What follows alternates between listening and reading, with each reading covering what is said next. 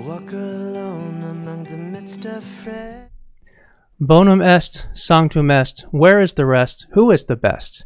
We're going to talk about 3 ways that praying in Latin is awesome. My name is Father Christopher Plant. I'm the pastor of St. Bartholomew here in Katy, Texas. My name is Father Ray Garriola, and I'm the parochial vicar. And I'm Christopher Meyer, your seminarian. Welcome to Conversing Clergy, clergy who talk and listen. Here I am at your door. Would you let me in? I have gained all the world. So as we were saying, we're going to talk about how praying in Latin is awesome, 3 ways. I do apologize for our late start. For some reason, the website that we use to broadcast to Facebook and YouTube all at the same time had decided to glitch out on us. And so what that means is that the people who are watching on Facebook are not able to watch now. So if you have people that are Facebook friends that are trying to watch, just let them know, come over to the YouTube channel, St. Bartholomew, and also the Conversing Clergy YouTube channel as well. So again, we lost probably about 100 people to watch the stream, but that's okay. We'll just place it all in God's hands, and they can always watch the stream after it's finished. Very good. All right, so we want to welcome all of our regular subscribers. We're glad that you've joined us for tonight. And also for our Patreon patrons, thank you so much for being with us too, and for continuing to be so generous and financially sustaining our ministry and helping us to continue to grow it. And also for any visitors here, those who are here for the first time with us, we're very happy that you're here with us. Conversing Clergy is all about conversation, conversing with each other as clergy, seminarian, lay people, allowing you to enter into the conversation by chatting with us on YouTube and Facebook so that we can hear Jesus Christ himself in the conversation. And then we hopefully will walk away from the conversation with our hearts burning within us because we will have heard the Lord speak to us, just like the disciples on the way to Emmaus. So we do this kind of thing all the time with videos about the scriptures and also these Conversing Clergy chats on Wednesdays. And also during this time of the pandemic, we do a Rosary and Chaplet every single day at 3 o'clock and 6:45 on Wednesdays. So if you're interested in that kind of a thing, you want more content like this, please feel free to hit like on the Facebook page there and follow the Facebook page, whichever Facebook page that you are on, it doesn't matter. Or if you're watching on YouTube, you can also hit the subscribe button and also make sure to hit that bell notification because they won't notify you unless you hit that bell whenever we start live streams and also publish videos. So like I said, the topic for tonight will be 3 ways that praying in Latin is awesome. So we're going to talk about that tonight, and I think it's going to be really interesting. It's something that's new for us in terms of teaching it and talking about it with a general audience, and so this is something that we're all pretty excited about. And we'll also, at some point closer in the middle, we'll talk about, or we'll show pictures of the domestic church. So those are pictures of families and people in their own homes praying or watching Conversing Clergy or just doing different poses in their house as well, showing us what they're up to during this time. So we'll show three pictures of the domestic church. And we'll also have question and answer at the very end, about 20 minutes. It's just kind of an open question answer for our people who have joined us. And I'll also have a special announcement too during the Q&A. So stay tuned to hear that special announcement. And somewhere in there, we might have a little bit of meme time. So we'll have at least 2 memes tonight. And if you behave, we might show a 3rd meme, but it all depends if you're good. Awesome. So I think that before we start talking about the 3 ways that praying in Latin is awesome. And by the way, we're going to be primarily talking about Latin in the Mass, but it's really, I think, the same principle applies in all prayer, including devotion. I want to talk about very quickly about the Second Vatican Council, because a very common question I get from folks is that the Second Vatican Council said no more Latin in the Mass, right? Just get rid of the Latin. Everything should be in the vernacular, which means the local language. And I want to just help us kind of dispel that myth. It's definitely a myth. So looking at the Second Vatican Council documents itself, I'm going to show you very quickly a document of the Second Vatican Council, which is called Sacrosanctum Concilium, which literally means Sacred Council, but it has to do with the liturgy. So let's see, what is that? Don't worry about that quote down there. That says Veterum Sapientia, but we're talking about this Sacrosanctum Concilium. But it says here, paragraph 36 of Sacrosanctum Concilium, that particular law remaining in force, the use of the Latin language is to be preserved in the Latin rites. So, and then it continues to talk about how vernacular can be used. So it can be in the Mass in certain parts that would be good for the advantage of the people. But nevertheless, it emphasizes that Latin language is to be preserved in the Latin rites, which means the Roman Catholic Mass. And then it says in another part, in Masses which are celebrated with the people, this is paragraph 54 for Sacrosanctum Concilium, that's the correct spelling. In Masses which are celebrated with the people, a suitable place may be allotted to their mother tongue. This is to apply in the first place to the readings and the common prayer. So in other words, like things like the first and second reading in the gospel, etc., and of course the homily. But nevertheless, steps should be taken so that the faithful may also be able to say or to sing together in Latin those parts of the ordinary of the Mass which pertain to them. So things like the Holy, Holy, Holy, the Mystery of Faith, where we say we proclaim your death, O Lord, that should be done in Latin, the Gloria. So that's what it means by the ordinary of the Mass, those parts that don't change. So they're saying that the laity needs to be able to do both. So I think it's very clear what this Sacrosanctum Concilium says about Latin, and I just wanted to head that off because that is a very common misperception, and so that way you can already have that in your mind as we move forward to talk about in a very positive way what's so awesome about Latin. So let's start with the first one. So the first one is the universal, right? The universality of Latin. And what we're going to be doing is we decided to pick three because we were able to look at three ways that praying in Latin is awesome from a document that was actually written by Pope John the 23rd, Saint John the 23rd, the one who called Vatican Council, the one who called the Second Vatican Council into session. And so he wrote a document. You already seen a little bit of it there, which is Veterum Sapientia, right? And it's an apostolic constitution that talks about the preservation of Latin. The whole thing is about preservation of Latin.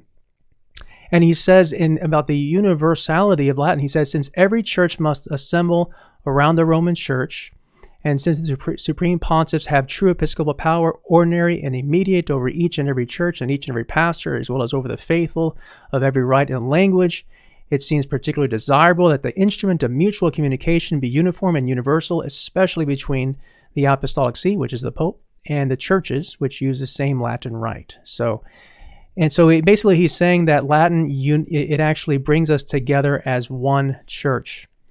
And he says that they invariably, the different congregations make use of Latin, for this is a maternal voice acceptable to countless nations. That's probably the best way to capture the universal nature of Latin. It is the maternal voice that is acceptable to countless nations. And I like to talk about that too when I mention about the benefit of praying in Latin, that it is the mother tongue of the Roman Rite. So I don't know, what did y'all think about that? Yeah, I think, the fact that it's a Catholic language, right? Catholic means universal. It calls for all the people in the entire world to be identified as one family, right? And that's very important as Catholics, because we have a different understanding that, that Protestants, it's not that this church here in Katy, Texas, it's another church, like if it was founded by somebody else, right? But we are one body of Christ in the entire world. And so it is beautiful to know that we have a language that brings everybody together. It's an international language, right? We can say that. So that's what I think. And I'll go back to this example a little bit later, but the Ubi et Orbi that we saw, that we had to show about with Pope Francis, where he did the benediction for against the coronavirus. I don't want to say for, right, against the coronavirus, literally, and praying for all those afflicted and all those affected. During that, you heard Latin hymns, Latin prayers, and all of us in our different countries were coming together. The universal church, the entire world, was together in that liturgy, mm-hmm, which I thought was beautiful. Yeah. And I think that's pretty interesting, because I think maybe Pope Francis wouldn't be labeled as a big proponent of Latin, which again isn't true, but yes. Well, and also, the fact that, like you said, these ancient hymns, that if everybody knew them, right, then everybody would be singing them. And it doesn't matter if you speak Igbo, Chinese, Spanish, we will all come as one. And that's the purpose of prayer, right? The prayer of Jesus Christ is one. So and I think probably a theme of today will be that we do want to know what we're praying, which I think why is such a good place to start is learning the Pater Noster, the Our Father, Ave Maria, the Hail Mary, and we've been doing that with the Rosary because we all know those prayers. And so it's really cool that the church isn't saying, hey, I want everybody to be able to speak Latin with each other so we can talk together. They're saying, no, we're going to pray universally. Well, let me share just real quick. I had the awesome opportunity throughout my seminary formation, one whole summer it was 10 weeks. I was in Rome and in Spain and in Ars, France. But the majority of the time it was in Rome. And, we were studying there and also praying together with different seminarians from different parts of the U.S. And when we went to the papal palace, we were greeted by the papal household, Goswine, Cardinal Goswine, and he's like, okay, guys, let's pray the Angelus because it's time. Well, guess what? It was in Latin, and I did not know the prayers in Latin, and probably 70% of the seminarians there knew them. And it's not that I was ashamed, which maybe I was, maybe not, but it was also this is the language of the Universal Church, and I should know these basic prayers in Latin because it connects me with everyone, right? So I just wanted to share that take of experience with the universality of the language that the Latin can bring people together. I've experienced the same thing. I want to let's get some of the chats in. A lot of great responses here. Layla says Latin ensures unity and uniformity in faith and practice because it is a dead language and its meaning cannot be changed. Maria Espinosa says, blessings, Holy Spirit, open my ears and let me learn. So the Holy Spirit, let me learn the Latin. That's awesome. Rob Stagg says, what steps as a church do we now take to relearn Latin after 50 years of neglect? I think that's a really good question. Maybe we can push that over to the Q&A. Sepulcoder says the Urbi et Orbi was very beautiful. Yeah, that's right. Yeah. St. Teresa of Avila is with us. Yeah, please write that down. The church is worldwide. Having the Mass in Latin enables us to understand the Mass wherever you are in the world. It does unite. Sepulcoder says Latin is the only way every country in the world can pray together at the same time according to the Latin rite. And Brenda Vieira says, I learned to pray the Rosary in Latin with the CD of Pope Benedict, Pope Emeritus Benedict XVI. It is beautiful that you priests are introducing Latin prayers in St. Bartholomew. And are we celebrating the Latin Mass soon? So we can put that also as a question. Are we going to celebrate the Latin Mass soon? Okay. And so I think that's a bigger question. And Brenda Vieira says, I'll look for that CD. So that's great. Lori Nelson said that. So awesome. And Adeline Ripper says, today we had a discussion and Bible study regarding Latin being the original language of the Roman Catholic Church. Why was the Aramaic language of Jesus as a founder of our church not used? I wonder if Aramaic was used. Used for the Q&A. Yeah, I think the Aramaic definitely we could talk about that too. In fact, maybe we can say a little bit about that now, and that is that different churches originally the Catholic masses were celebrated in the different ancient languages. So they were in Latin, they were in Greek.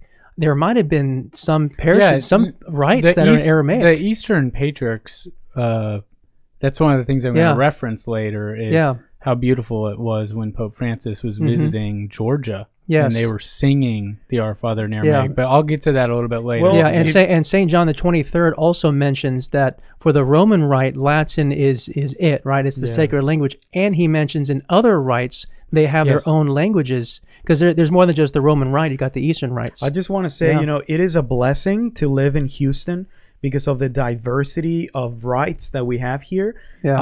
Catholic rites, I mean. So if you would like to experience a whole mass, a whole liturgy in Aramaic, go to Our Lady of the Cedars, Our Lady of Cedars. Right. And they I forgot their rite. It's Maronite. Maronite Catholic. And you can experience praying in Aramaic, the words of consecration. Yeah. Okay, I'm gonna be fair. It's not exactly Aramaic. It's a dialect that is extremely close to Aramaic. So some words vary, but it's really impressive. That's great. It's almost like there's been 2,000 years in between Jesus and now Aramaic, but it's pretty just like close. like the Latin. Right. Just like the Latin isn't the same Latin that was being spoken, which is another thing we can bring up. Veronica Guajardo says St. Vincent de Paul food drive today was very successful. Thank you all for your help. Awesome, glad to hear that. Carlos Valero says, "Salvete Patris, salvete frater meus." Good to see you. Is that a brother? Is that your brother or something? He's a brother seminarian. Okay. Not a brother seminarian anymore, I guess. You know how it is. Your first year as a priest, it's just like, okay, I'm getting rid of my seminary identity. He's a brother. He's a brother. We'll say that. He's a brother for sure. Yeah. Martis Rimasa says, first time joining the Conversing Clergy. I think I'm getting the info via Flocknote email. So am I subscribed?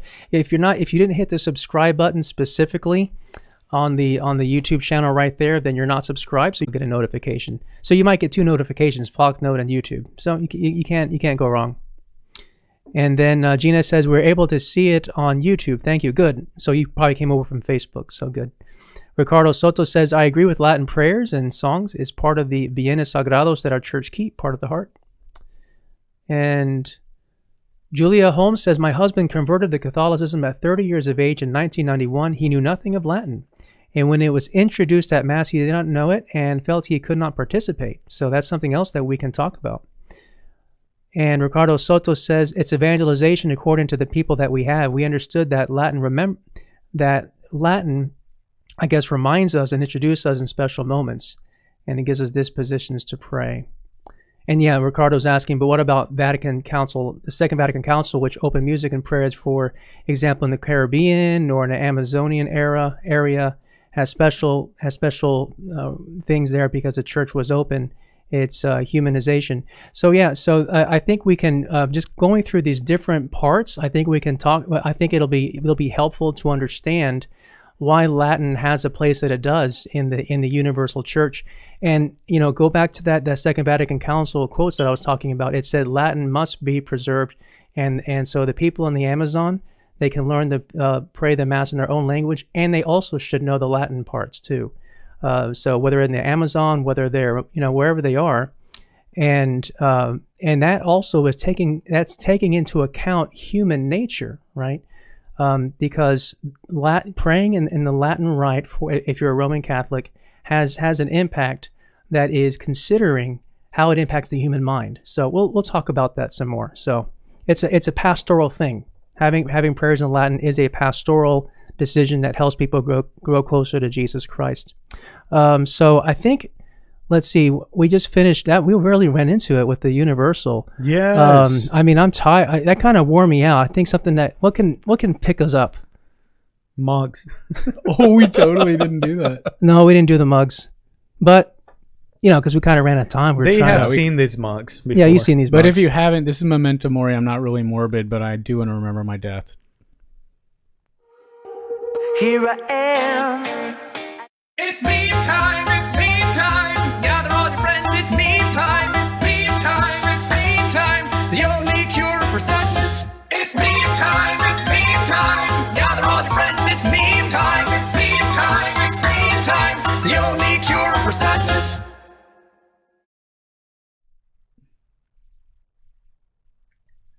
So this is from a meme from The Office.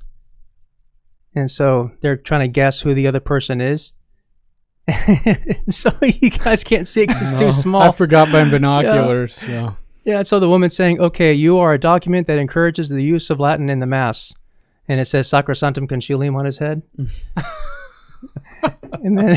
and then he responds, oh man, am I Summorum Pontificum?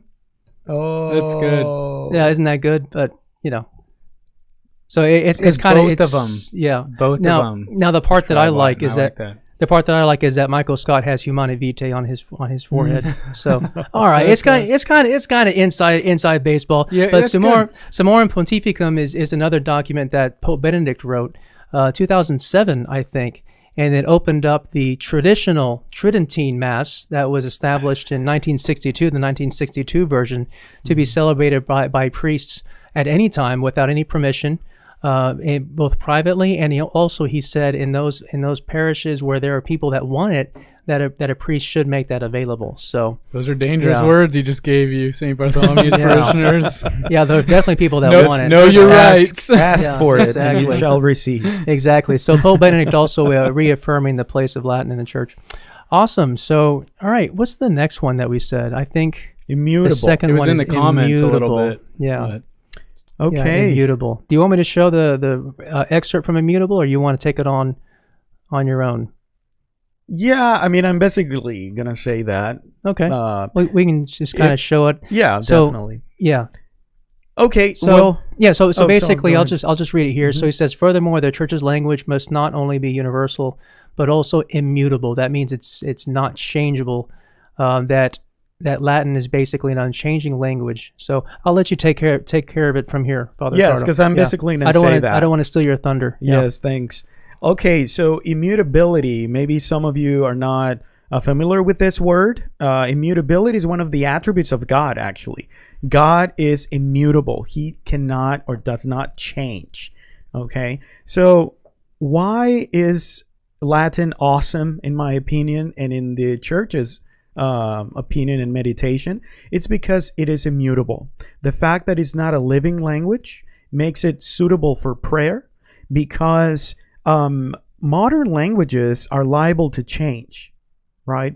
There's not a single language that we can say is higher than another in authority, right? Spanish is not better or higher than English, or vice versa, or than Chinese, right? We don't go by the politics or economics. I know that probably English is a business language in the whole world, but we don't go through those standards. We're talking about the authority in the Church. And so we cannot say, okay, you know what? In Spanish, we're only going to deal with the language of the prayers. And in English, we're going to deal with the catechesis. Or in Igbo, we're going to deal with piety devotions. We cannot just say that, right? We have to have one language that it stays the same no matter what century we are. And as we know, language, modern language, right? It's not that it's bad, but it just happens. When you use it, and in different cultures, the words stop meaning the same, right? And so it gets distorted. But what if we had a language that actually, it doesn't matter if it's the 12th century, the 6th century, the 21st century, the words are the same. The meaning is the same, right? Another good characteristic of this immutability of this of the language of Latin is that, have you ever thought about how the mind of the Church thinks in regards to faith, make a connection with faith and reason? Well, it's because throughout the centuries, the language that has given the Church to think philosophically, to think reasonably, has been Latin. Yeah. Right? So, for example, thanks to Latin, right, we are able to take some words that are in philosophy, like transubstantiation, and apply it to understanding the faith. So that's another great point of why Latin is a language that doesn't change. It helps for the faith to be spread faithfully. Now, why am I talking about just evangelization, catechesis? Because prayer, we pray what we believe, right? We pray what we believe. The words in the liturgy, the words of prayer actually communicate what I actually believe. So, yeah. And in St. John the 23rd was saying the same thing in Veterum Sapientia. He was saying, in fact, he was actually ordering that all priests learn Latin, and that all theological classes be taught in Latin, not necessarily speaking Latin when they're talking, but that the text would be in Latin. And it's precisely for that reason. It's because Latin has a certain, as a language, it in itself, it is very precise. So a really good example is the word love. We run into big problems in English when it comes to the word love, right? But Latin and also Greek have so many different distinctions of love that it helps us to make distinctions. Like there's brotherly love, there's love between husband and wife, there's oblative love, but we have to add all those adjectives to it, right? So that's just one example. The other one is like consubstantial. Think about the creed. Where did that come from? Consubstantialis, right? But that word really doesn't exist in English. We basically just took the Latin and just made it sound like English pronunciation. Right. What did we say before? I think we said one in being. Which is very imprecise. Yeah, so, because it's like, what do you even mean by being? And in philosophy, everybody knows what substance means. St. Thomas Aquinas clearly took what Aristotle said about substance. Perennial understanding of these words. Exactly. So I just love saying that Latin is a dead language, and that's why it helps us. I just really love saying that it's a dead language. And something else to consider as well is that the Latin that was used, the first time that the Catholic Church codified, that means taking the Mass, putting it into a book in the form of Latin, that Latin wasn't actually the Latin that people spoke. So that's a false narrative. I mean, it's part of it. Yeah, definitely part of the decisions in using that, as opposed to Greek, for example, was that it was the local vernacular of the Roman Empire, but at the same time, people were speaking a different kind of street Latin. They were speaking Greek, they were speaking Gaelic, they were speaking the language of the barbarians, etc. So, and I think it's really important. I mean, I can just tell you, I did not know. It just depends how much world history people have studied. The Roman Empire is so much bigger than you say the Roman Empire. We're not talking about Western civilization. A small area in Italy or even all Italy. Yeah. The entire West was dominated by the Roman Empire and influenced, and the culture was influenced. And that's why you'll see people refer to the West as basically all of Western Europe and the United States, because all of those countries have been influenced by the philosophy, the art, the politics, the law. Yes.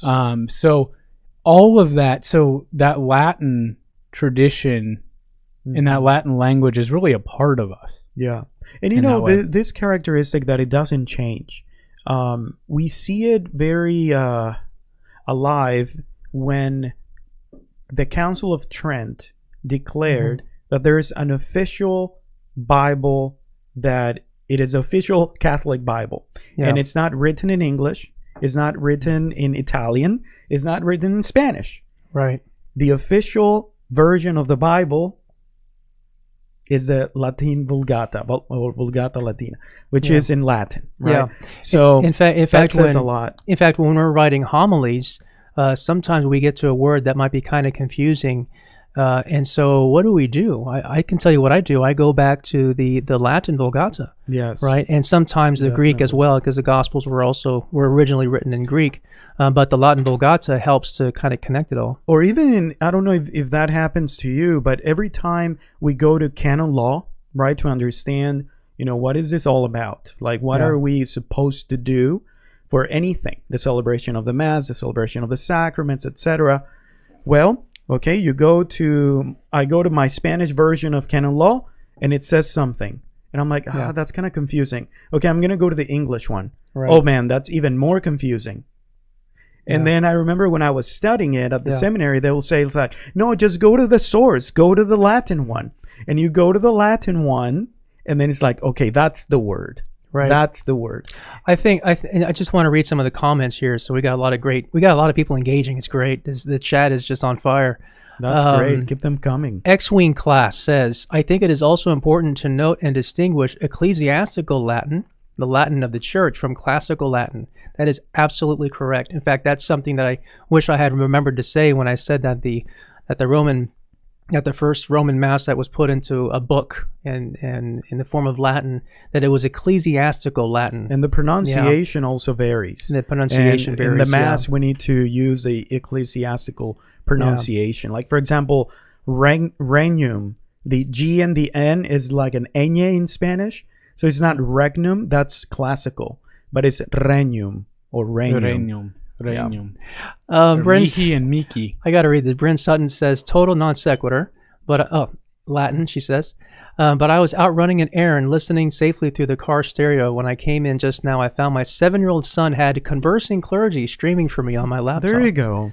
You see, That's now wonderful. he's a good boy. That is awesome.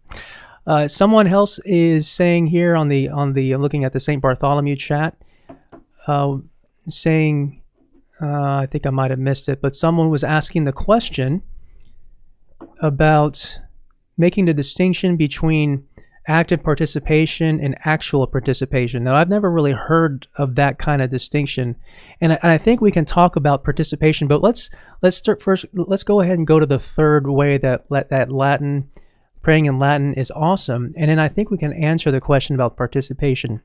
Yeah. So, how does that sound? Yeah, just Sounds remind good. me to answer the question, or one of you two can answer. So Okay, the third is reason 3 is that it's non-vernacular. At least that's we're going to start off with that word, and then Christopher will clarify what that means. But Saint John the 23rd says, finally, the Catholic Church has a dignity far surpassing that of every merely human society. For was founded by Christ the Lord. It is also altogether fitting, therefore, that the language it uses should be noble, majestic, and non-vernacular. So what does that mean? That's kind of a weird thing to say, don't you think, Christopher? So I think I would never do this in an introduction to a paper, but I can do this right now on Conversing Clergy. I'm going to quote Wikipedia. Wikipedia says, a vernacular is the speech variety used in everyday life by the general population in a geographical or social territory.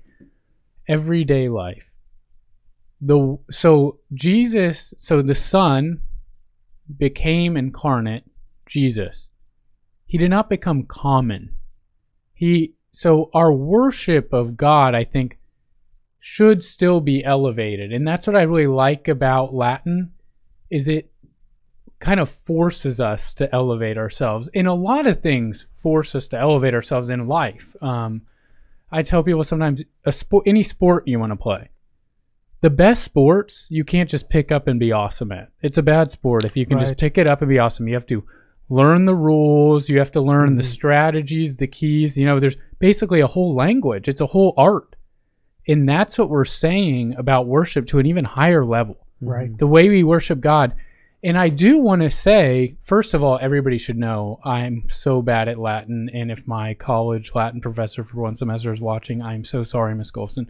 But anyway, I do want to say there's kind of different levels. So you had mentioned the vernacular Bible or translations. We do have all these translations because the church has told us time and time again, absolutely, you should have a personal relationship with Jesus. Absolutely, we do need to be speaking the vernacular with God, speaking in our own words.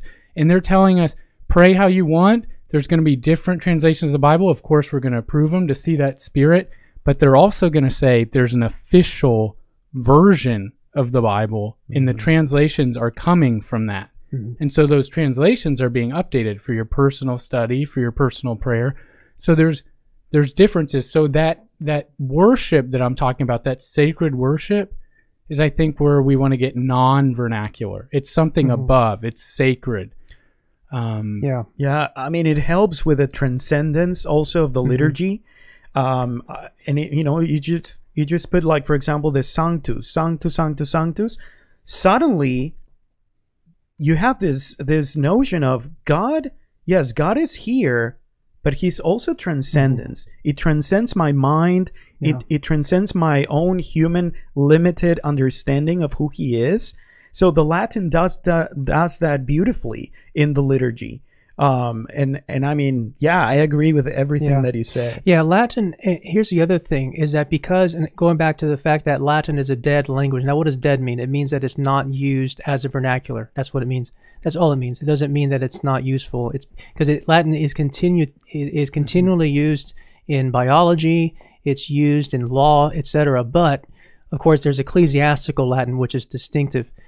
So think about this. So it's this language that has been set aside by the Roman Catholic Church, by the Roman Rite. It's been set aside now just for prayer in the liturgy. right? So that means that the only time we ever use that language Well, in documents. is, well, no, you understand what I'm saying, though. Just like, let's say, for the people's experience, right? Is that in our experience, people aren't really reading documents in Latin, right? But they're going to Mass and hearing it in Latin and praying in Latin. So it's something that feels set apart because it's almost like what you were talking about with basketball, right? Or that it's something that is separate because when I'm speaking English in Mass, I'm using the same English that I use out on the street, that I use when I talk with my friends, that I use when I'm chatting with people or whatever. But I don't speak Latin anywhere. Yeah. Except in church. And so there's something about something that has been set aside. It's almost like your Sunday clothes, right? You got your Sunday best. You don't necessarily wear it everywhere. I like to joke around because there are certain parts of the country where they have their Sunday truck, in certain areas where it's rural, and so there's a really nice Sunday truck that the dad will drive his family in. So anyway, I think that's another way to look at it. So I think this is a great conversation, and I think we're going to talk about next about participation. I think that's like the practical roadblock I think that people are running into. But speaking of participation, what can open us up to participate? Meme time. Is it really? It is meme time. Well, if it's good. If it's not, nobody's going to talk. Well, we're about to find out. It's meme time, it's meme time. Gather all your friends, it's meme time. It's meme time, it's meme time. The only cure for sadness. It's meme time, it's meme time. Gather all your friends, it's meme time. It's meme time, it's meme time. The only cure for sadness. Why are all the humans wearing muzzles? Did they all bite someone? Says the dog. It's a good one. I think it's a good one, because of all the masks that people are wearing. That's good. I thought it was cute. I heard that dogs think in Latin. I don't know why, but it just happens. Could it be true? We will never know. No, we do know. We will never know. I They think do not think in the most reasonable language because think they're they're- not rational beings. I think their favorite encyclical would be Rorum Novarum. Roar. Okay, never mind. No. That I wanna talk a little bit about this authority of the language. And authority is given when something is set apart, right? For just something so specific. And the authority of the Latin, who thinks it has authority? Satan. The devil. Oh, I see where you're going with this. The devil knows that language is the authoritative language of the Catholic Church, the body of Christ. With the fullness of the authority of Christ here on earth. I see where you're going with this. The authority of binding and loosing, right? And casting out demons. I don't know if you have ever read or heard any interviews with exorcists, but through the experiences of exorcists, they say that the Latin prayers are the most effective for deliverance and for exorcisms. So even Satan acknowledges the authority of this language in the church. I just want to. Which is a I good just wanted to reason. say that I thought that was fast. When I learned that, I thought that Yeah. was fascinating, and I have heard that the before. devil hates and they'll tell, Latin. and I they're have not heard just that saying before. this. I mean, they'll tell stories of like they're Yeah. using English prayers, and then they They have switch to to the kind of Latin. ramp it up. They switch to the Latin. Yeah, there's something about that. I also think there's humility about it too. I want to go into the question of participation because I think this is the biggest roadblock that people have. Like they're not saying, "Oh, I disagree in principle." They're not saying, "No, it's not a sacred language." Nobody's arguing any of that. The only thing I think that's the roadblock is, Father, how do I connect? How do I participate? I think that's a challenge for folks. Because I don't understand the language, I don't feel it in my heart. I feel disconnected. Why have Latin? I think the key word here is a word from Sacrosanctum Concilium, right? That if you read it in the vernacular, it's active participation. But if you go to the source, the language in which this document was written is participatio actuosa. So this word it's not new. They didn't. This is not the first time that it appears in a document of the church. It appeared in Tra Solecitudini from Pius X in, what is it, 1903, I believe? Which was before Vatican II, which is important to remember. This was not a new word with vernacular Mass. Yes, thank That's you. my side comment here. Yeah, and so what does that mean? Well, he explains it. There are two ways to participate in the Mass, in the public prayer of the church. And both are legitimate, both are good, both have exist, but one is higher than the other. One is interior participation, and the other one is external participation. But he says, in order to have an authentic external participation, you have to have an authentic interior participation. What does that mean? That it all means that your heart, your mind is actually engaged in the action of Christ in the liturgy, right? Knowing that it is God who has called us to be together. Now, what does that mean practically? Well, it means that if the choir is singing a piece in Latin, a beautiful polyphony from Palestrina, it means that while I cannot understand in my vernacular language, I can let my soul be pulled up to heaven by these voices that are singing praises to the Lord. That I can understand that God is transcendence, that I don't understand these words, because who can understand God? When we are worshiping God, mere speech is not enough, right? And common speech is not enough either. So just that transcendence of the liturgy is important to recover. And I think part of it is just to experience it. See, language. This is another thing to consider: is that language is not meant to be merely cognitive, right? That language is also aesthetic. So just to think about, I'm trying to think about poetry. When you read poetry, part of poetry is not to be completely clear, but to be something that forces us to go deeper. So it's meant to have an aesthetic element. And I think the other thing to think about is that for centuries, the Catholic Church celebrated the Mass pretty much all in Latin, right? I think the scriptures were still being, I think they were still being I mean, I don't know, I don't want to go into all the history, but nevertheless, all the prayers in Mass were in Latin, and for centuries. And Latin became a dead language very, very quickly in comparison to when Latin was introduced, ecclesiastical Latin. So take the 13th century, for example, and St. Thomas Aquinas was writing in Latin, and he also celebrated the Mass in Latin. Think about the reality that all of these holy saints grew up and were nourished in a Mass that was in pretty much entirely in Latin. So somehow they connected, even though they didn't speak the language. They spoke all the other languages, French, a lot of French and Spanish and German, whatever. So I think we can take encouragement that it is possible, because the holy people of God have been doing it for centuries. And that's another thing I would bounce off our second point, universal, that we get to participate with the saints. I mean, I love that feeling of saying, like, I'm saying the Our Father, how St. John Vianney said the Our Father. That's just so remarkable to me, to not only the universal in our world right now, but the universality over time of the church. And then one more thing I want to say, and this is an analogy that I just thought of right now, so I hope this works. But I think a lot of times the American mindset is that you have to understand something completely, and you said comprehend something completely to participate.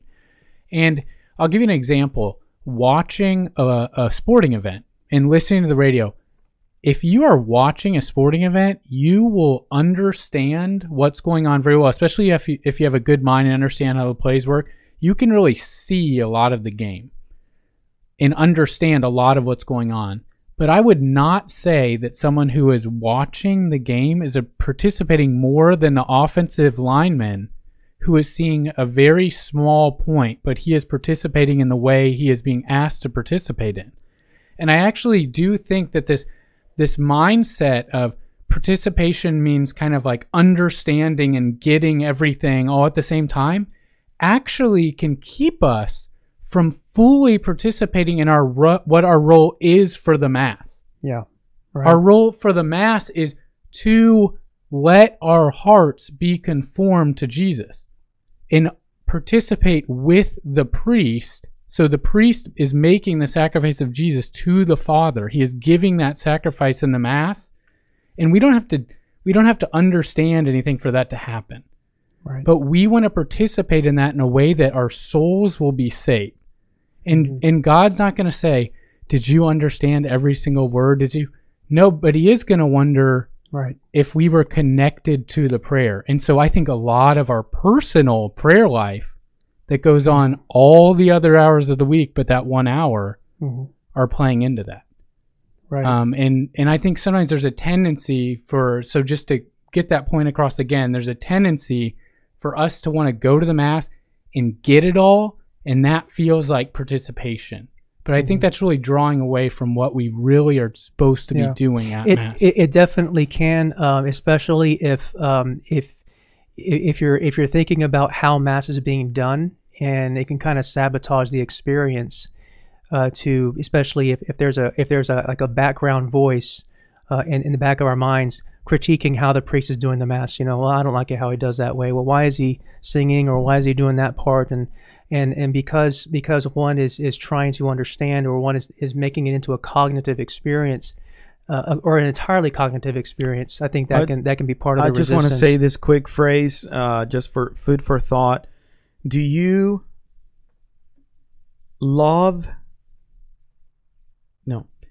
understand in order to love, or you love in order to understand? Think about those two statements. That's a good way to think about it. And yeah, it's kind of like St. Augustine. We talked about theology. That theology is faith-seeking understanding. It's motivated by faith to understand. So, I hope that was that was helpful. I know we're not going to completely probably solve everything for you tonight in terms of answering that question for participation. Maybe we can open it up a bit more for the Q&A. So we still got some time tonight. So. Awesome. I think that was really good discussion.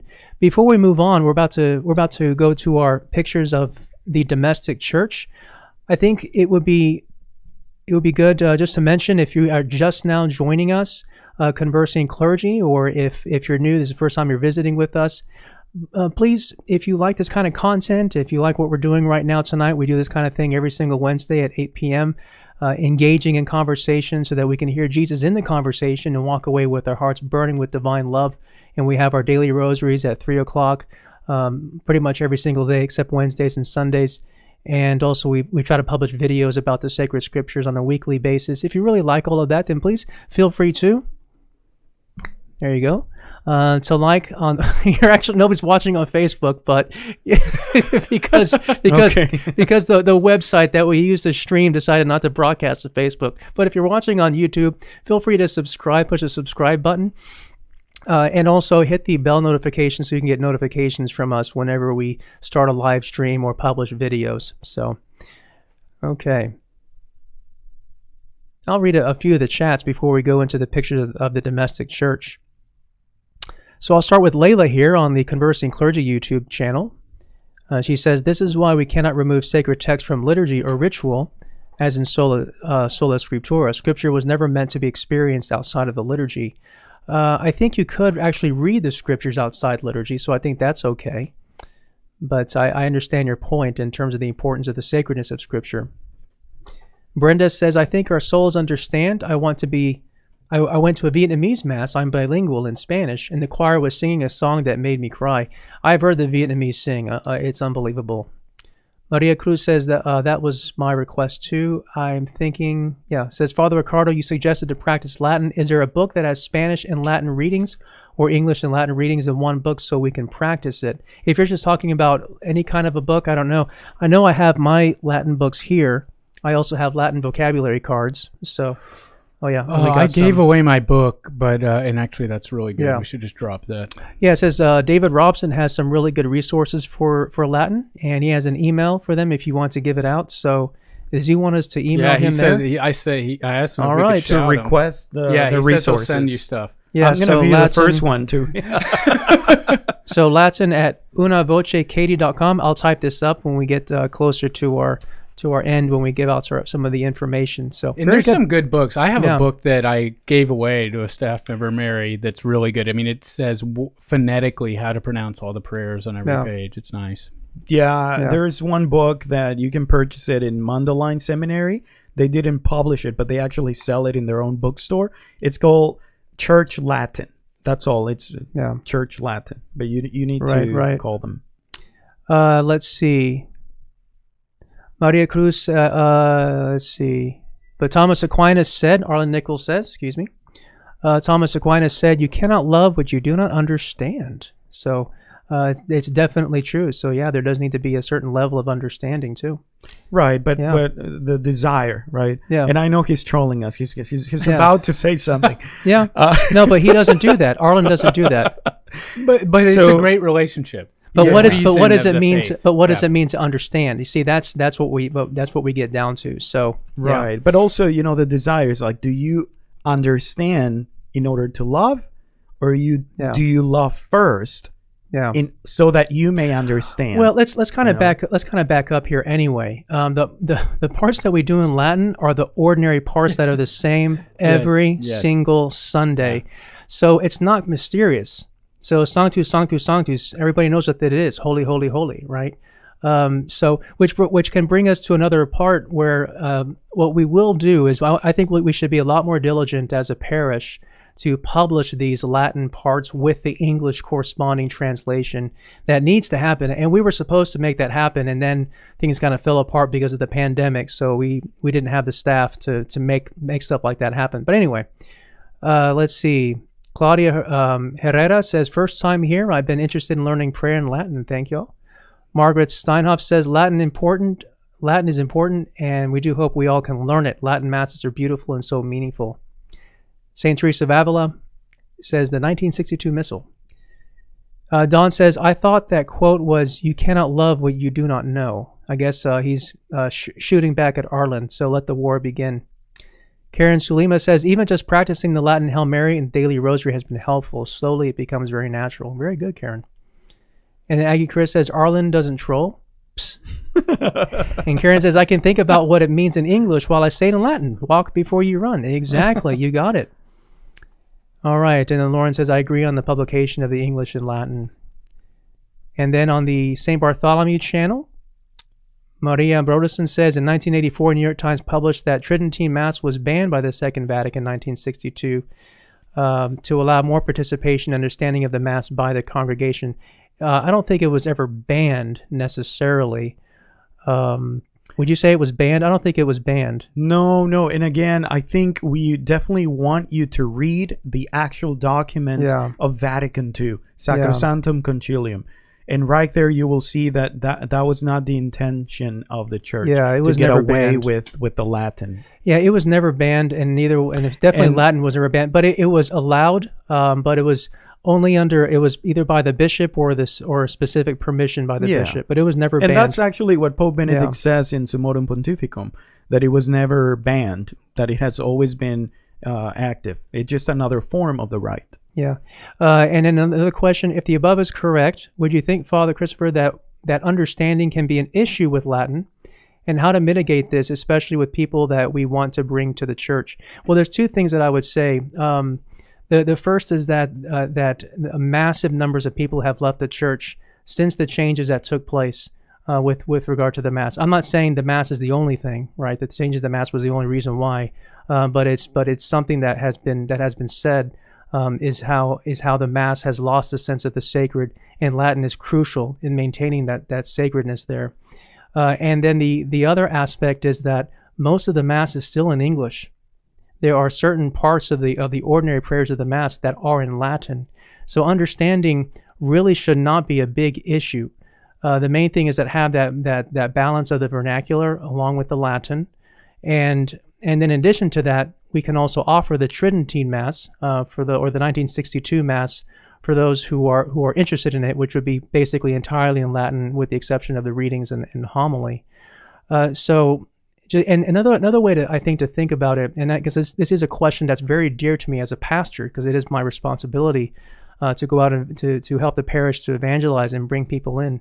And so there's two ways that I would answer that question. Excuse me for being like Thomas Aquinas. There's two senses within this sense. The first thing is that the Mass is to offer up the perfect sacrifice of Jesus Christ to God the Father for those who are initiated into the faith. That the Eucharist has always been for the closest friends of Jesus Christ.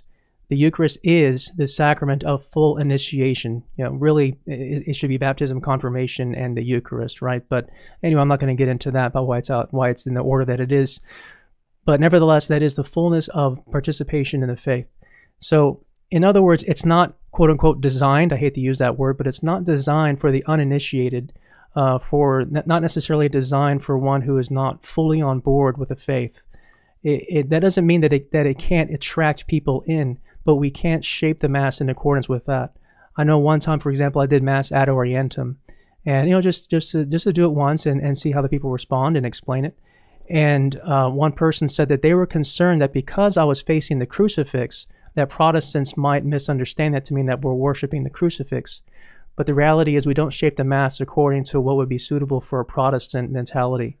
So there's that one thing. And then the other one is I really believe that that reintroducing that which was set aside, that which is natural to the Roman Rite is going to bring people in, and it has brought people in. So and just as far as shaping things, I think sometimes we can be too narrow when we're trying to make something attractive. Like making something attractive to somebody in 2015 was a lot different than 2020. I mean, you just think about all the media that changes, the jokes, the memes. I mean, all that. People change a lot. Culture changes a lot. And I think one thing that we can get into trouble is we say, how can we be very, very relevant right now? Yeah. And I say, we can't. We shouldn't be relevant. We should be sacred, because people are attracted to the sacred. Everybody is attracted to a book that's 500 years old. When people walk in, they go, oh my gosh, that's amazing. What is that? And the liturgy is sacred. It's set aside. It's different. People look at it and say, wow, this is completely different. I mean, I have friends who have left the church, and I wish that they had been watching the Urbi et Orbi with Pope Francis, listening to the haunting Parce Domini being sung in Latin. And I was like, this is awesome. This is not the songs that you guys sing jokingly that we grew up as kids listening to, that we all make fun of from the Gather hymnal. This is written in the 4th century by St. Ambrose. And sung for centuries and centuries, and it is still awesome. You mentioned the word culture, and that's something that, it took a while for me to understand this. Yeah. The Roman Rite, right, the Catholic Church has its own culture, right? And part of the culture is language, right? And Latin is part of the culture of the Roman Rite, of the Catholic Church. So it's not that, the Catholic Church is like something in the air, just a concept, a Platonic form, right? That it's going to take the shape of the container kind of thing. No, it has a culture, and that culture purifies other cultures. And yes, it takes something that is good from other cultures and adopts it and elevates it. Yeah. But let's not forget that the Catholic Church has its own culture, and Latin is part of that culture. Right. Okay. And so in that way, then, again, going back to that question about different cultures, if you're Roman Catholic, Latin is part of your culture. Doesn't matter if you're from the Amazon. Doesn't matter if you're from France or Spain. Doesn't matter where you're from. Nigeria. We have our own language, our mother tongue, and we also have Latin if we belong to the Roman Rite. So it's part of our culture. And that's what I keep telling people too. I said it is a native language of a Roman Catholic. And Cardinal Seurat has a great remark in his recent book. So Cardinal Seurat was born in Guinea. I guess east side of Africa might be the west side. Why did I just bring geography in? Anyway, he was born in a very small village, and he grew up it was being French colonialists had kind of gotten to his village, and they'd shown them Catholicism and all this stuff. But he makes a point. He said, I was reading in history books that my ancestors were the Gauls, which is not true. Those are the French ancestors, obviously not his village people. But the point, he said, I was very appreciative of it, because I was being given a culture with a history that had been transformed by Catholicism, transformed by Jesus Christ. And so it was even better than his own history. I mean, the humility that he has to say that, and really the objectivity that he has to say that, is beautiful. Yeah. And I think that's the Catholic culture. The Catholic culture transcends everything. I am more proud to be Catholic than I am to be a Texan, an American, an Aggie. I'm sorry, but it's true. Yeah. Awesome. So I think we're going to take a quick break and go into our Q&A. I think we kind of went into Q&A, but I think let's check out some of the pictures that were sent to us. So we'll move into our pictures of the domestic church. Let's check it out.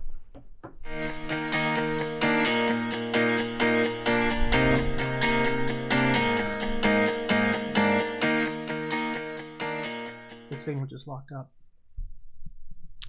Okay, I think we have a bit of a signal issue right now. Okay, here we go. We're back. All right, so this is a photo from the Alfaro Familia. So it's just I think it's a very beautiful image there of the table, and also the TV there with the altar looking at the mass. So wow, I like the candles. Beautiful. Yeah. Yeah. Yeah, it's very, very beautiful. That's awesome. So thank you for sending it to us, the Alfaro family. And moving on to the next one. So this is the Arienza family. So a nice perspective there. Yes. And there's their TV, and they got a table there with the candles. So I think that's very beautiful.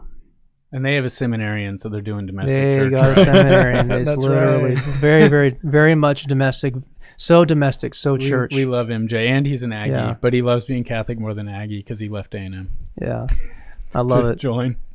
We'll take that. We'll take that compromise. And then here's the another one. This is the Divine Mercy altar. So this is really cool. At first I looked at that. I was like, is that a painting up there? But I think that's a TV. And I think they might have been praying the Divine Mercy maybe with another channel, because we don't have something beautiful like that. What? We don't have anything. We like just that. have this picture with dust on it that We had to glares at just- the camera. I know. This is really bad. I didn't see the dust on there. You think bad. your Star Wars stuff is beautiful? My Star Wars stuff is not only beautiful, it's essential. Okay, then. See, but it's not sacred. Somebody told me, they said, Father, when you have that rosary and they're looking at Darth Vader, it's hard for me to contemplate. I said, no, you have to understand that he is an image of redemption. That was Cindy, by the way, and she's watching. An image of redemption.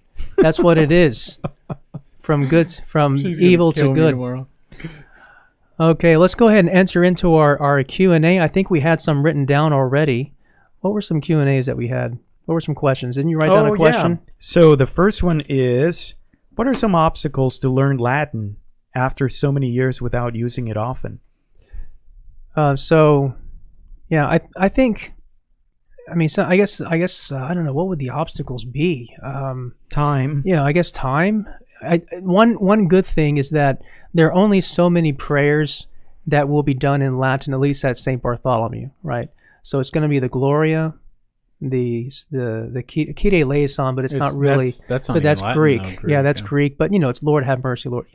Which- It would be the Gloria, the Sanctus, the Mysterium Fidei, or the mystery of faith. We would also do, oh my goodness, Agnus Dei. That's pretty much it. And the Gloria, Agnus Dei. Agnus, we got to do. It's like Agnus. Basil. Like an Enye. No, Agnus. I refuse. I That's refuse ecclesiastical pronunciation. to submit. No. So, and then the next What? part is, basically those four parts, but the Gloria is going to be the biggest one. I think that's the biggest one. Yeah. But the other ones are very simple, very short. So, but they might also do some Latin chants for certain songs, but you don't have to know the songs that we'll be doing in the future. You just have to listen and enjoy, and maybe we would provide something to have in front of you when our masses open up. Actually, have something in front of you, or of course online, and have the words there, and you can have the English translation. So we want to also help with that too. So, and maybe get it out to you like someone suggested a day before instead of the day of. I think that's a great suggestion. Was there another question? Yes, I have three more. So Okay. the second one is, what about Latin Mass in the future? So this is something that I'm definitely open to. We've spoken about it. Father Ricardo and I have spoken about it. Now, And, what do you mean? Which Latin Mass, the 1962 or the current one in Latin? I'm talking the one that they were doing at the Fourth Lateran Council. I don't think you can do that. Wow, your pastor's a schismatic. I had a buddy of mine that said that the church really went off the deep end after the council, and he was referring to the Fourth Lateran Council. That's good. That's good. And everything else, it's gone downhill since then. You know that's someone that's a real geek when they say that. I think, which one did you say, 1962, and what was the other one? The current Novus one, Ordo Latin. the current one that we celebrate in Latin. No, I think. Well, let me ask you this: if you're talking about the 1962 Tridentine Mass, we're open to doing that, and also the Novus Ordo in Latin, we're open to doing that as well. And I would like to see us offer at the very least a Novus Ordo in Latin once a week, one of the daily masses. Not take one of the daily masses in other words, we would actually take a mass and offer it up in Latin. In addition to that offer on occasion, the 1962 Tridentine. I don't know how to do it yet. Father Ricardo does, so I might practice with him. Yeah, I celebrate the Latin Mass on my day off, quote unquote, here in the rectory. So like for just a private Mass. And but I'm getting in there. It's it takes some time, and definitely the rubrics are a little bit more lengthy, and you just need to celebrate it quite often in order to pray the Mass and not be worrying too much about the movements and what comes next. Something really quickly, Father Michael Earthman is joining us, and so you want to talk about someone that really understands his liturgy in Latin. He would be the one, and he has a YouTube channel that he just started as well. So Father Michael Earthman says obstacles, repetition. So in other words, he says repetition is how you overcome obstacles. So I like that. Okay, the next question. And I've said that before. Sorry. Real quick, I want to say that it's never going to be as bad as it was the first time. Yeah. That's a lie of Satan, and that applies to everything. I've been using the sports analogy, but if Michael Jordan quit playing basketball after the first time he played it, he wouldn't have become Michael Jordan. It becomes better. There is a reward. It's not like, wow, this is going to be miserable forever. Eventually, you will be elevated. Because I love it. I mean, I love hearing Latin now, and I didn't know it in college. Same here, and I want to say that too. 5 years ago, I wouldn't be saying the things I'm saying now about Latin. Not that I hated Latin. I was like, it's great, but I wouldn't think about putting Latin into the liturgy. So I remember telling people that before seminary. Changed. They were like, "Would you ever celebrate Latin Mass as a priest?" They told before seminary, and I said, "No way." I said, "No way." I've always been open to Latin, not because I grew up, going to Latin Mass. No, not really. But I've always associated the Latin with the Mass for whatever reason. But I would like to ask you, like, what made you? I mean, because maybe there are a lot of people who are listening who are like you were 5 years ago. Mm-hmm. So what did it take for you to actually now be on board? I would say three things: adoration of the Blessed Sacrament, and education about the history of the Church, and the third one is my love for the people of God. So and learning by in my experience with the people of God and how they respond and what makes a difference. So just want to talk about that third one just maybe for 30 more seconds, but it's seeing the failure of trying to make the Mass quote unquote accessible. Mm-hmm. And being gregarious and quote unquote welcoming, and in the ways that we've seen it practiced by so many, cracking jokes and all kinds of different words. So did you start going? It didn't really make a difference. Did you start going? I didn't see it make a difference. Going to a Latin Mass, no. or what was like in your heart to be like, okay, no, I think I love Latin, but then what's next? Yeah, no, it was like I said, adoration of the Blessed Sacrament and learning about the history of the Church and the Mass as well as Latin, and getting to know people that know the liturgy and understanding the history of it. And then, like I said, the third one was pastoral experience. Honestly, pastoral experience with the people of God. So you started looking for chants in Latin, chants and absolutely chants in Latin, and and then just learning it. That's why I'm kind of stumbling around with some of this stuff, and I'm glad to have you around, because you have a really good knowledge of the history of the church, and your knowledge of Latin has been very helpful. So thank you, but it's interesting how the movement happens. Yeah. So when people say that, when they say, well, what about the people? How's that a pastoral response? Well, it's motivated by a pastoral response. That's the origin of it. I want to quote Father Michael Earthman again. He says that the GN Agnus is the Italianate pronunciation, like Father Rick says, like an enye. So gracias, Padre. There you go. Padre. There you go. But here in Texas, it's Agnus. He also says that's beef. And he says the EF Mass is easy to learn, and once you learn the OF Latin Mass. So I guess that's the ordinary form. Yeah. Are you gonna be able to teach that in the future? Teach what? I was just asking our. Oh, okay. You're trying to cause. Maybe, I mean, he says it's easy, so maybe he could give a practicum if he shows up at the Help seminary. All right. No more of that. He's not trying to stir trouble here about the future of the seminary. All right. Great. So is there another question? Well, there was one that we started answering. It was the Aramaic. Why not having Aramaic? I just want to say something about that. So think about this. The other day I was thinking about this. So the word liturgy, right, comes from the Latin word liturgia. And so that was public service, right, of the Romans. So like the crucifixion, guess what? That was a liturgia, right? So the first Christian liturgy was the actual crucifixion of Jesus Christ.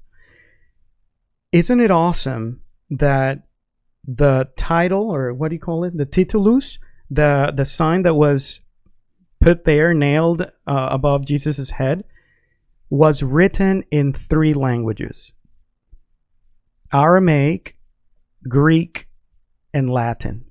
And guess what?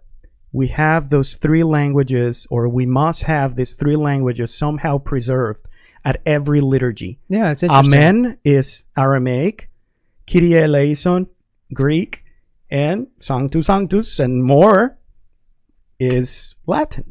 So how beautiful it is that we can connect to the original liturgia, right?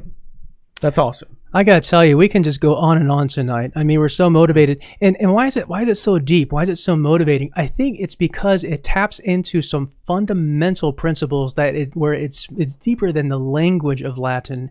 It's the fundamental principles of what the liturgy actually is, and what participation in the liturgy is, and what is it that's going to bring people into the church. They're very, very profound themes, and I think that's why there's so much passion about it.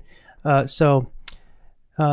I'll read some of the quotes here, or some of the comments really quickly, because I want to really continue to include everybody here. I'm sorry if I couldn't read all the chats, but it's just been on fire tonight, and we absolutely love your comments and questions.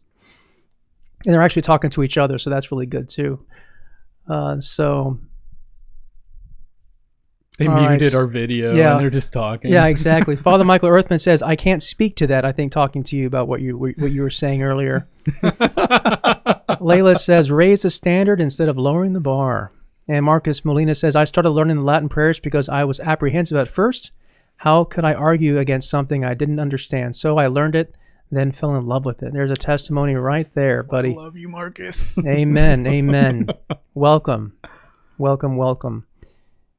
I think we need to go ahead and get close to wrapping it up.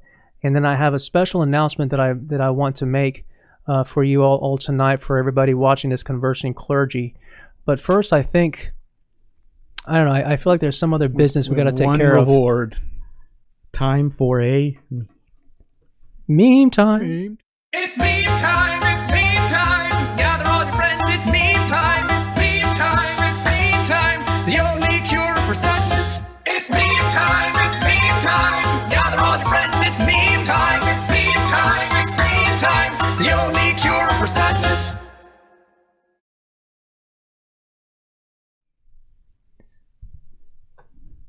I'm going to make masks for my humans because I want them out of my house. And there's a cat making a mask there. Oh, I do like that. That is funny.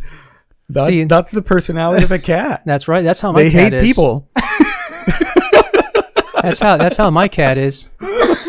Well, they hate certain people.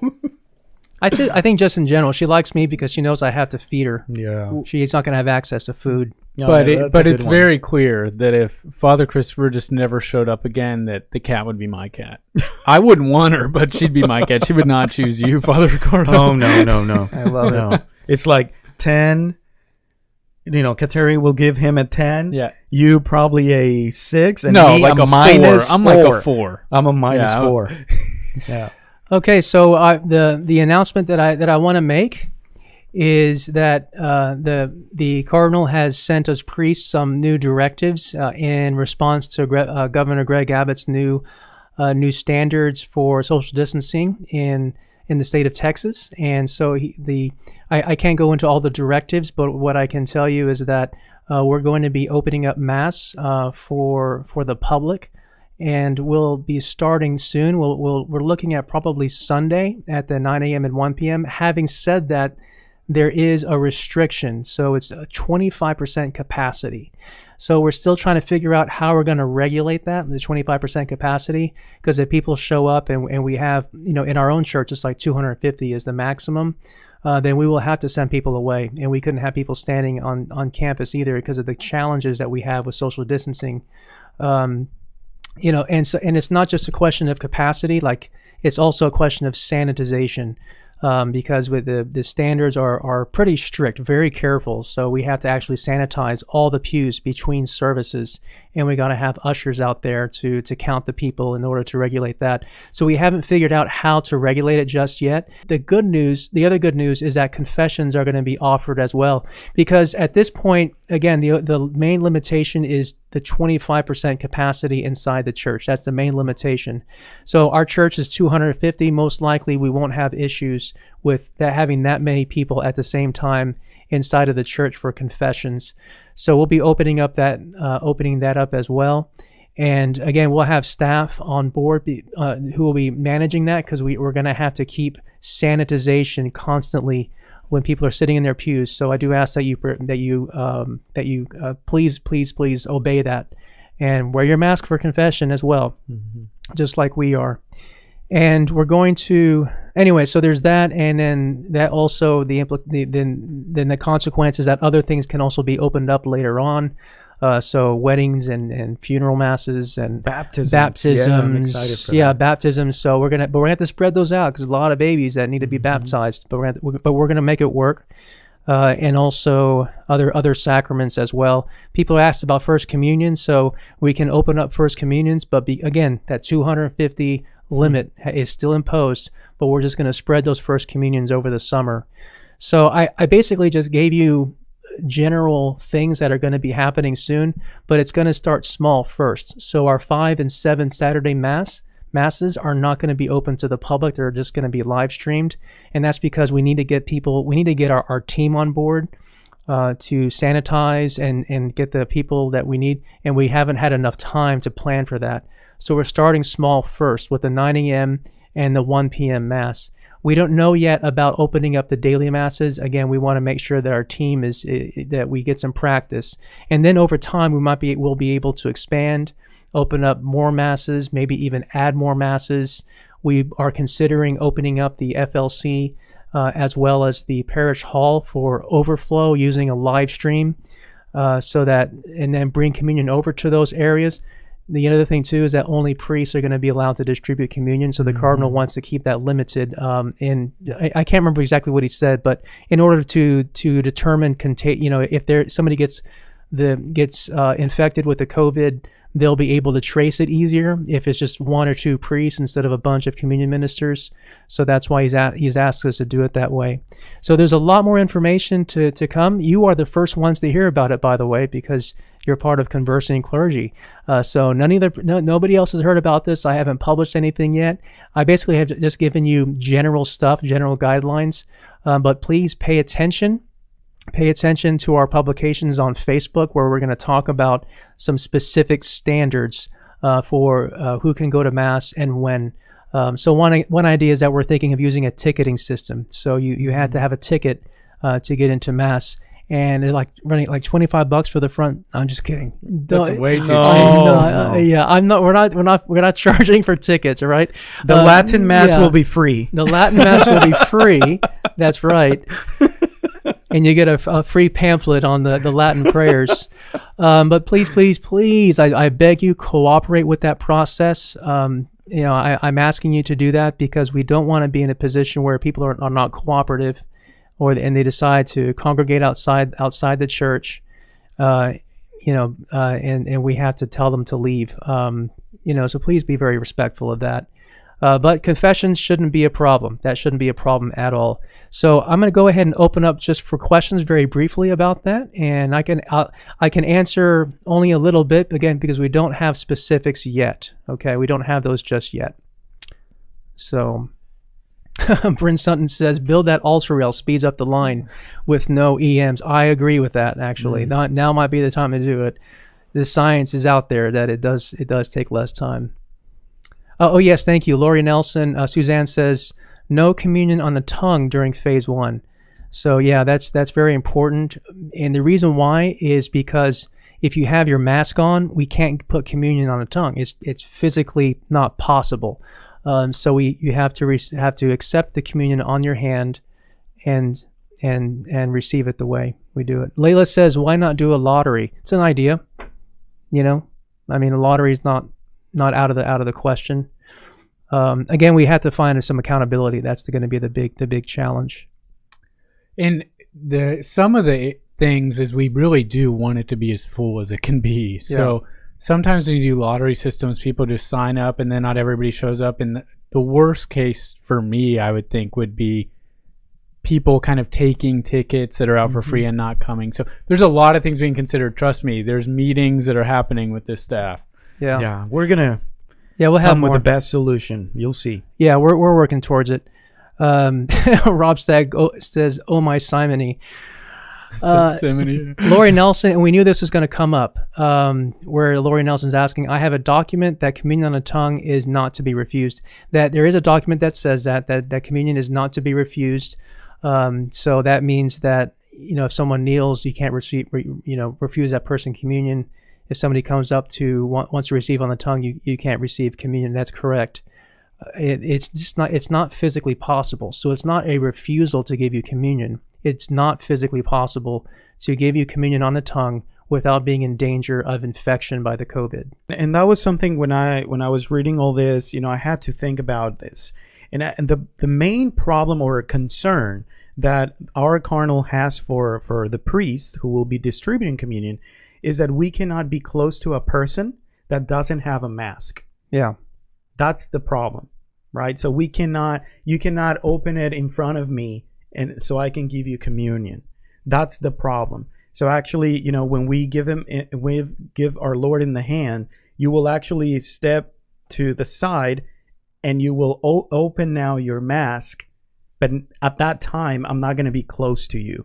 So that's the main impossibility. And I want to follow up that too. So we have to accept mask. It's happening. You have to wear a mask. That's the law. So now that that's the law, what is the most reverent way that you can receive communion if you want to make this subjective for yourself? Trust me, I'm in the same camp. If anybody's watched me receive all year, you've seen that I've been receiving on the tongue all year at St. Bartholomew.